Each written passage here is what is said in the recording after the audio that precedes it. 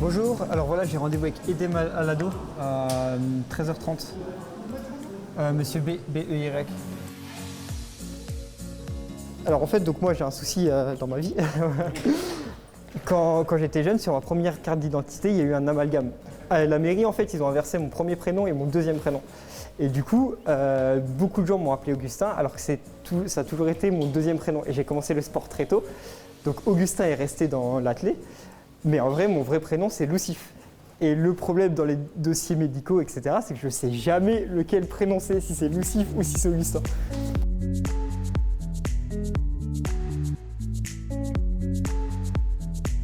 Pour t'expliquer, donc, alors c'est un bilan qui est fait annuellement. On va regarder chacun des points, donc un point diététique, un point qui doit être aussi examen clinique global, et aussi un point, je crois, qui doit être aussi psychologique. Ouais, normalement, tu vois Katharina, la psychologue, cet après-midi. Exactement. Sur le terrain, elle m'a dit qu'elle allait te voir. L'idée, c'était de faire un bilan complet suite aux 2 premiers cycles d'entraînement que j'ai pu avoir, de faire un peu les points sur les douleurs, les blessures, etc. Et de donner notre ligne directrice pour la suite de la préparation qui sera plus axée sur la compétition. Il est assez intéressant d'avoir ce rapprochement, bien sûr, médical, et je vais dire vraiment de santé globale, avec l'approche de terrain, pour être capable d'avoir vraiment un projet qui soit le plus personnalisé au niveau de l'athlète. Donc, comment ça se passait au niveau du stage, au niveau des impulsions ? Du coup, ça allait plutôt bien. C'était juste la charge d'entraînement sur tout le travail de stabilité du genou. Ouais. Du coup, ça... Mécaniquement, je sentais que ça travaillait. En tout cas, au niveau de l'écho, c'est bien. Non, franchement, tu es bien en ce moment.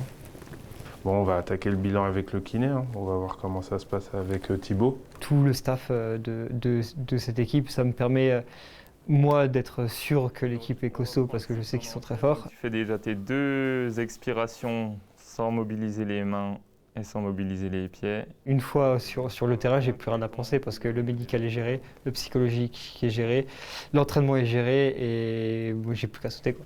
Et ça, c'est important. Et tu relâches. Voilà, pense bien à plaquer le nombril contre les vertèbres, d'accord ? L'idée n'est pas de calquer un schéma à un athlète, mais de permettre de ressortir vraiment par sa particularité physiologique le schéma qui serait le plus adapté pour qu'il ait le meilleur taux de réussite, au-delà de la régularité et bien sûr la perf de pointe qu'on espère qui serait propice pour des médailles. Et qui repose jusqu'à l'équilibre entre les roues supérieures. Voilà.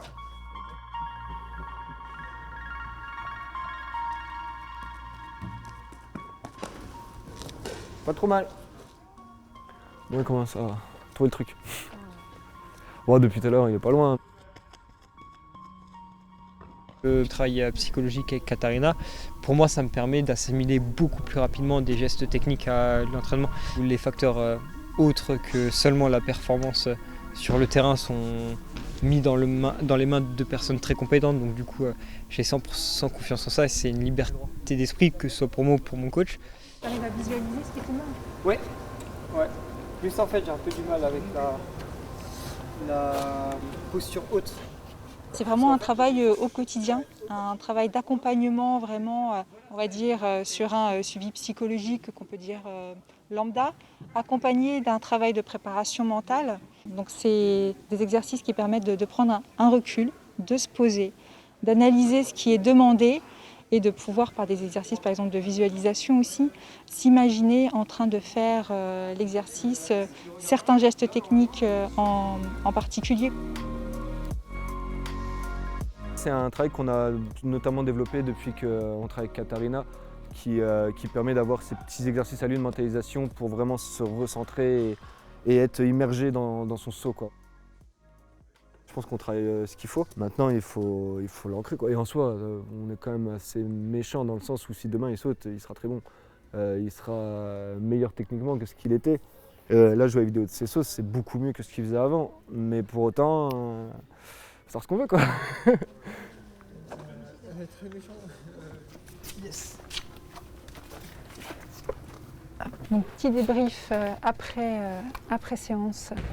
Comment tu te sens déjà ? Globalement, je pense que je suis sur une bonne moyenne. Après, c'est vrai que quand je me trompe d'une intention, le temps de la changer, ça prend un peu de temps et histoire qu'on soit sûr. Et le plus compliqué sur ce genre de séance, c'est que faut qu'on soit sûr avec Quentin qu'on parle bien de la même chose en fait. Je t'ai senti effectivement dans la recherche de quelque chose pour essayer de faire ce que Quentin voulait de toi. Je pense que c'est des moments à eux, lui il a peut-être des choses à dire que j'ai pas forcément besoin d'entendre. Et eux vont pouvoir être aussi plus pertinents dans leurs interventions parce qu'ils vont avoir mon retour du terrain. Moi je vois le CIF tous les jours, donc ils vont vraiment savoir le ressenti que j'ai et donc du coup comment travailler par la suite avec, quoi.